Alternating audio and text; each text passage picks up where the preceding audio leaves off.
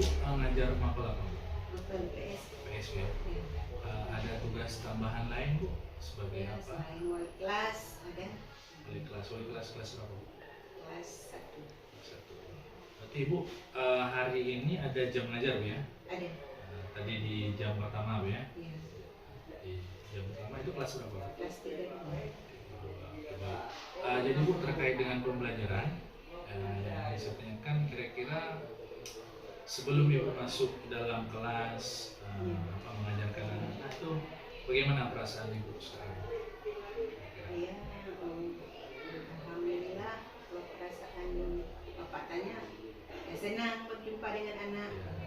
Kemudian anak-anak bisa nanti dengan mudah memahami apa yang saya ajarkan dengan mudah. Jadi perasaan senang. Jadi senang berjumpa anak. Iya. Lalu selanjutnya Bu, kira-kira sebelum masuk ke kelas kegiatan pembelajaran seperti apa yang mau Ibu rancang? Kira-kira gimana? Ya, karena menyangkut dengan IPS itu kan bahan ajarnya itu umum, luas. Jadi lebih banyak proses pembelajaran untuk kerja kelompok Pak. Kerja kelompok, nanti masing-masing kelompok ada tugas. Kemudian kita suruh banyak anak yang bekerja dalam kelompok. Kita suruh cari contoh apa nanti materi apa yang sudah diajarkan. Kemudian setiap kelompok suruh maju ke depan, kemudian mempresentasikan semua hasil kerja mereka. Berarti diskusinya dalam kelompok ya? Iya. Dibuat apa? Kira-kira ada berapa kelompok? 3 sampai 4 kelompok. Berarti tujuannya mereka belajar dalam kelompok nanti apa? Mereka mempresentasikan hasil kerja. Ada yang kerja. Oke, baik. Selanjutnya Bu, ini kan tadi kan rancangannya. Jadi kira-kira persiapan seperti apa yang Ibu persiapkan sebelum masuk ke dalam kelas tersebut? Persiapannya seperti biasa, itu materi ajar sudah ada, kemudian kelengkapan EPP, kemudian ada konsep-konsep lain yang perlu nanti kita tekankan kepada anak supaya lebih mudah dia dalam memahami materi pelajaran. Berarti memang itu memang hal-hal yang wajib ya? Ya, memang harus ada. Sebelum masuk kita siapkan materi ajar, PP, bahan lain yang memang mendukung ketika kita. Oke, baik. Selanjutnya Bu, kira-kira setelah dari 3 tahapan yang saya tanyakan tadi, apa yang Ibu harapkan setelah proses pembelajaran terjadi dalam kelas, apa harapan? Ya, yang Ibu harapkan seperti guru-guru semua ya. Pasti keinginannya supaya anak paham yang kita ajarkan dalam kelas, kemudian untuk pulang ke rumah atau ke dalam masyarakat itu bisa untuk dipresentasikan lagi di rumah, kemudian terutama lagi dengan masyarakat yang lingkungan.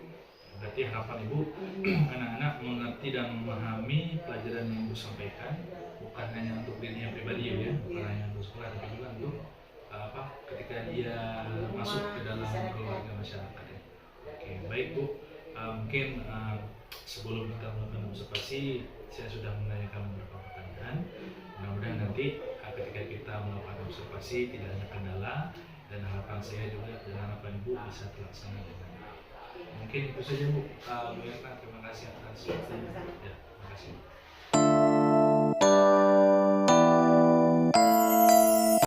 Assalamualaikum warahmatullahi wabarakatuh.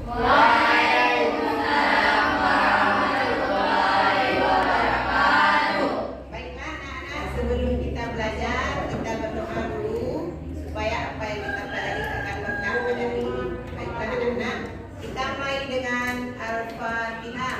Bismillahirrahmanirrahim.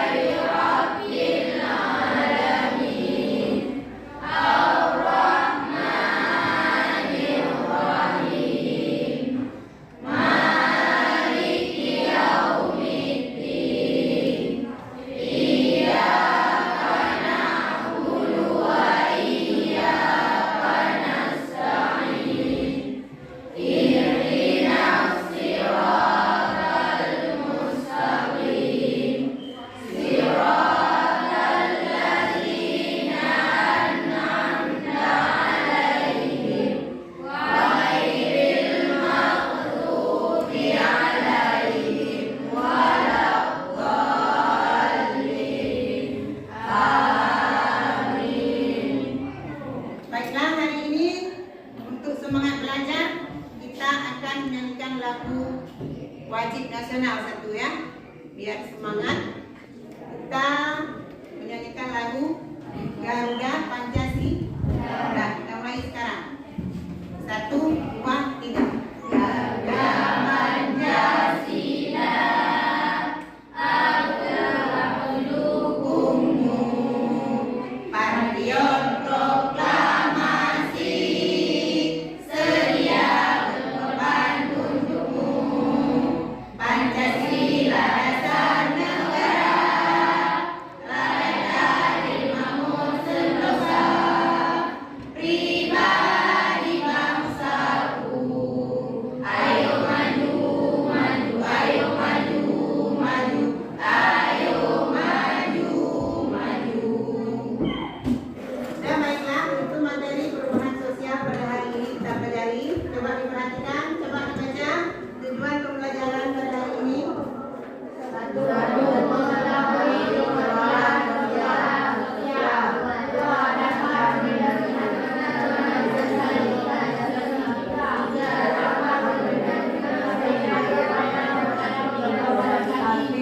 ya bagus, nah itu sudah kalian baca. Untuk lebih memahami kita akan duduk kelompok seperti yang sudah dibagi.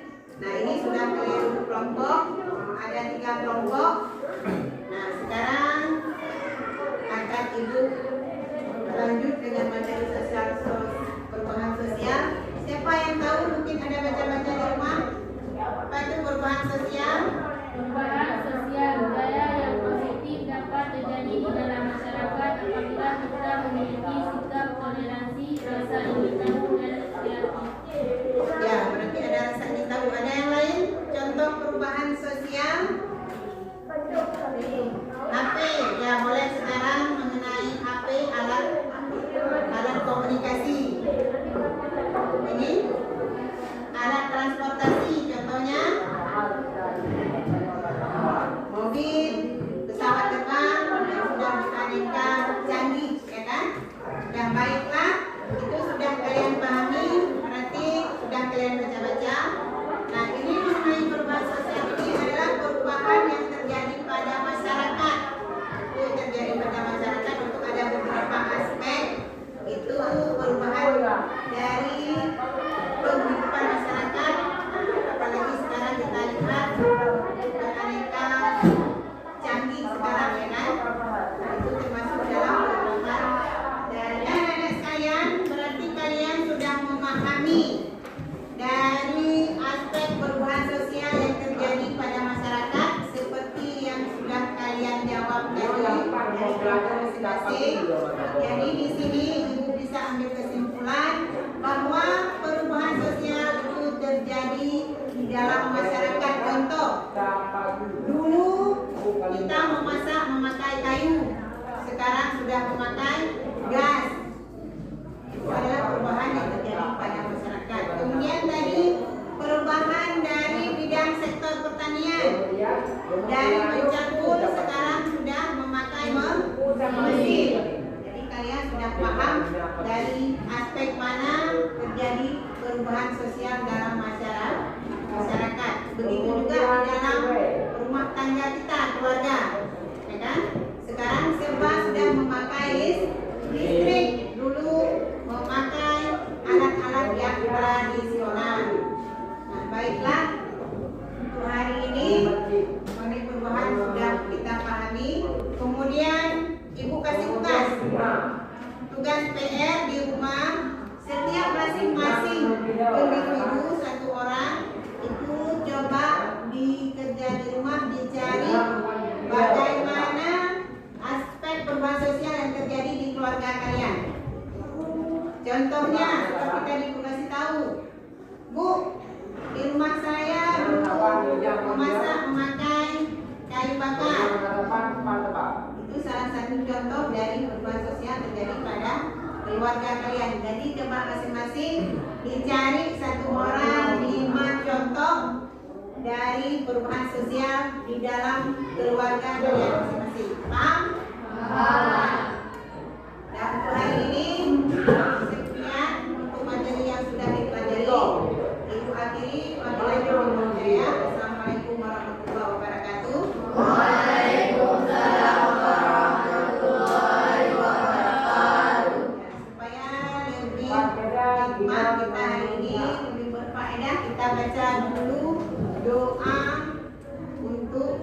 mulai belajar. Nah, kita mulai dengan